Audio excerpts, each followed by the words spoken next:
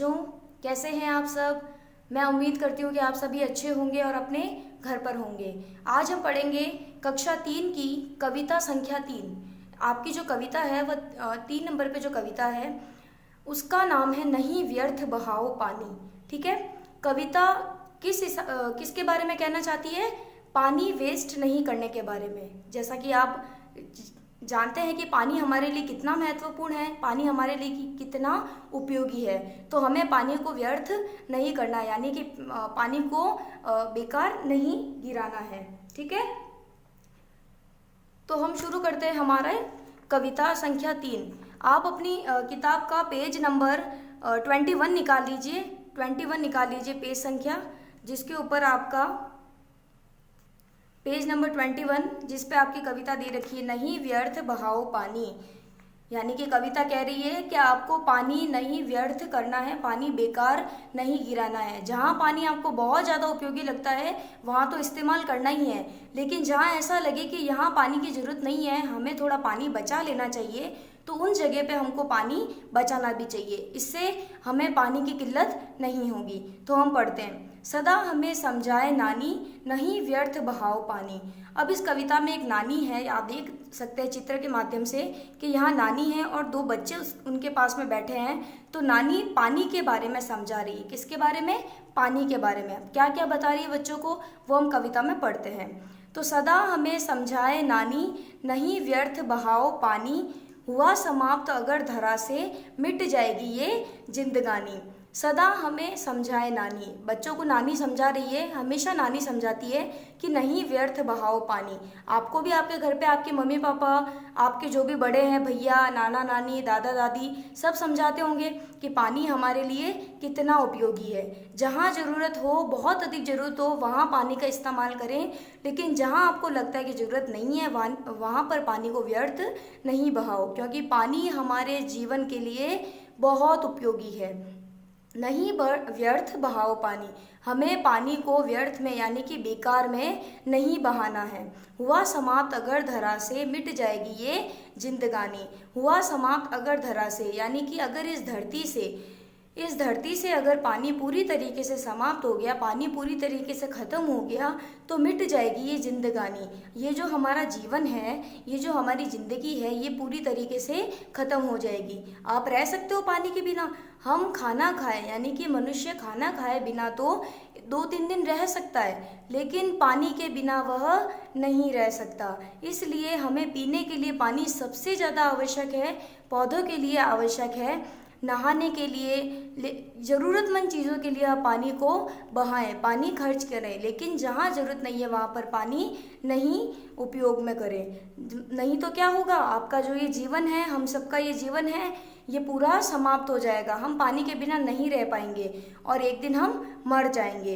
तो हुआ समाप्त अगर धरा से मिट जाएगी ये जिंदगानी। अगर इस धरती से पानी पूरी तरीके से समाप्त हो जाता है तो हमारा जीवन भी नष्ट हो जाएगा। नहीं उगेगा दाना दुनका, हो जाएंगे खेत वीरान। अब यहाँ क्या कह रहे हैं? नहीं उगेगा दाना दुनका, यानी कि जो पक्षियों के लिए जो दाना होता है, जैसे हम पक्षियों को बाजरी देते हैं, पक्षी जो दाना खाते हैं, वो दाना कैसे उगता है? जब किसान जो होता है, जब वो खेतों में बीज बोता है, तो बीज से जैसे खेतों में जो लहलहाती फसलें, उन फसलों को हम ही जानवरों को देते हैं। तो जब दाना ही नहीं होगा, जब वो फसलें उगेगी ही नहीं बिना पानी के, तो फिर क्या होगा? जो पक्षी है वो बिना दाने के मर जाएंगे, हो जाएंगे खेत वीरान। और जो वीरान है वो पूरी तरीके, जो खेत है वो पूरी तरीके से सूने हो जाएंगे, मतलब उजड़ जाएंगे, क्योंकि खेतों को पानी नहीं मिलेगा। क्योंकि किसान क्या करता है, जब बीज बोता है खेत में, तो वह क्या करता है? बारिश आने का इंतज़ार करता है। इसीलिए सबसे ज़्यादा जो बारिश की ज़रूरत होती है वो किसको होती है? किसानों को होती है, क्योंकि किसान ही खेत में बीज बोते हैं और वह फसलें लहलहाने का इंतज़ार करते हैं, क्योंकि उन्हीं फसलों को हम खाते हैं। हमारे घर में भी गेहूँ, बाजरा, ये सब कहाँ से आता है? जब किसान खेतों में उगाता है तभी तो आता है ना। तो सबसे पहले पानी की जिसको ज़्यादा ज़रूरत है वह है किसान। ठीक है। तो जब किसान बीज बोता है खेत में, तो वो बारिश का इंतज़ार करता है, लेकिन जब बारिश ही नहीं आएगी, चारों तरफ सूखा पड़ा रहेगा, तो वो खेत क्या हो जाएंगे? वीरान हो जाएंगे, यानी कि उजड़ जाएंगे। उपजाऊ हो लगती धरती, बन जाएगी रेगिस्तान। ठीक है। लेकिन जो वो उपजाऊ धरती है, वो क्या, जो धरती आप देखते होगे, जो खेत लहलहाते हैं, जहाँ पर किसान इतनी मेहनत करके सब कुछ करता है, लेकिन अगर वहाँ पर वर्षा ही नहीं होगी तो आप खुद ही देखोगे कि सब जगह सूखा पड़ा रहेगा, मिट्टी में दरारें आने लग जाएगी, आप देखोगे कहीं कुछ भी नहीं उग रहा है और बन जाएगा रेगिस्तान। तो हमारी जो ये धरती है वो पूरी तरीके से क्या हो जाएगी, रेगिस्तान बन जाएगी। रेगिस्तान आपने देखे होंगे, धौरे देखे होंगे, जहाँ पर केवल मिट्टी ही मिट्टी होती है, बहुत ऊंचे ऊंचे मिट्टी के टीले होते हैं, वहाँ पर किसी प्रकार का कोई पौधा, कोई पेड़, कुछ भी नहीं होते हैं, सिर्फ और सिर्फ क्या होते हैं, कैक्टस होते हैं। कैक्टस आप जानते हो ना, जिसके ऊपर कांटे होते हैं, लेकिन कैक्टस तो आप खा नहीं सकते, आपको तो खाने की चीज़ें ही खानी होगी। और ये सब कैसे होगी, जब खेतों में बारिश होगी। लेकिन जब बारिश ही नहीं होगी, जब पानी होगा ही नहीं, तो सारी धरती क्या हो जाएगी, रेगिस्तान हो जाएगी। यानी सारी धरती पर सिर्फ और सिर्फ मिट्टी ही मिट्टी होगी, कहीं एक बूंद भी पानी नहीं होगा। हरी भरी जहाँ होती धरती, वहीं आते बादल उपकारी। हरी भरी जहाँ होती धरती, अब जो धरती, जब बादल भी तभी उपकारी होते हैं, यानी कि बादल भी तभी बरसते हैं, यानी कि बादल भी तभी दयावान होते हैं, हमारे ऊपर उपकार करते हैं, जब वो हमारी धरती को हरा भरा देखते हैं। ठीक है, जब वो देखते हैं कि ज़मीन पे इतने सारे हरे भरे पेड़ पौधे, फसलें लहलहा रही है, तो मुझे भी बरसना चाहिए, मुझे भी इन पर दयावान होना चाहिए। लेकिन वो देखती है कि जब धरती ही पूरी सूखी पड़ी है, तो मैं कैसे उपकारी बनूं इन धरती पर।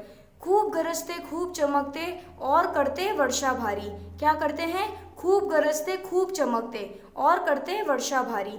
जो बादल होते हैं वो खूब गरजते हैं, मतलब आपने कभी बादल के गरजने की आवाज़ सुनी है, कैसे जोर जोर से बादल गड़गड़ाते हैं। उस समय बादलों को बहुत गुस्सा आया हुआ होता है। ठीक है, जो वो गुस्से में होते हैं तो वो गरजते हैं, खूब चमकते हैं, यानी कि खूब बिजलियाँ चमकती है और करते वर्षा भारी, और वह बहुत तेज वर्षा करते हैं, है ना।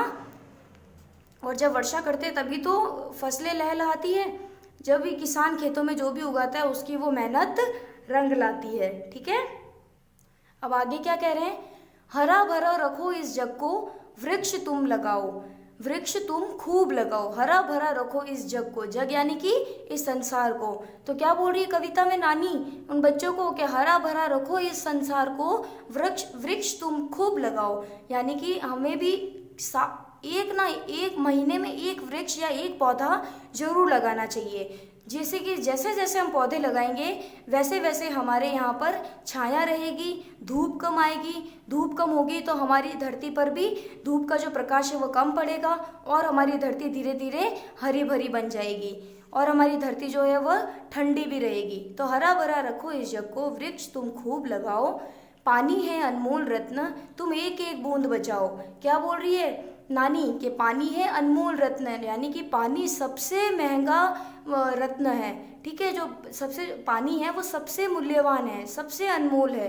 तो पानी को हमें यूं ही व्यर्थ नहीं बचाना है, पानी की एक एक बूंद हमें बचानी है, पानी को हमें यूं ही व्यर्थ नहीं बहाना है। ठीक है, तो ये पानी के ऊपर कविता थी, और पानी, और हमें वृक्ष लगाते ही रहना है, हमें महीने में एक बार तो एक छोटा सा पौधा लगाना ही है। पौधे से ही तो पेड़ बनता है, और जैसे जैसे हमारे अंदर पौधा लगाने की भावना आएगी, वैसे ही हमारी धरती पर बहुत सारे पेड़ पौधे होंगे, और बहुत सारे पेड़ पौधे होंगे तो खूब सारी छाया होगी, धरती पर सूरज का प्रकाश कम होगा, इससे धरती हमारी उपजाऊ बनेगी और हरी भरी बनेगी। ठीक है, तो आपको ये कविता पसंद आई होगी।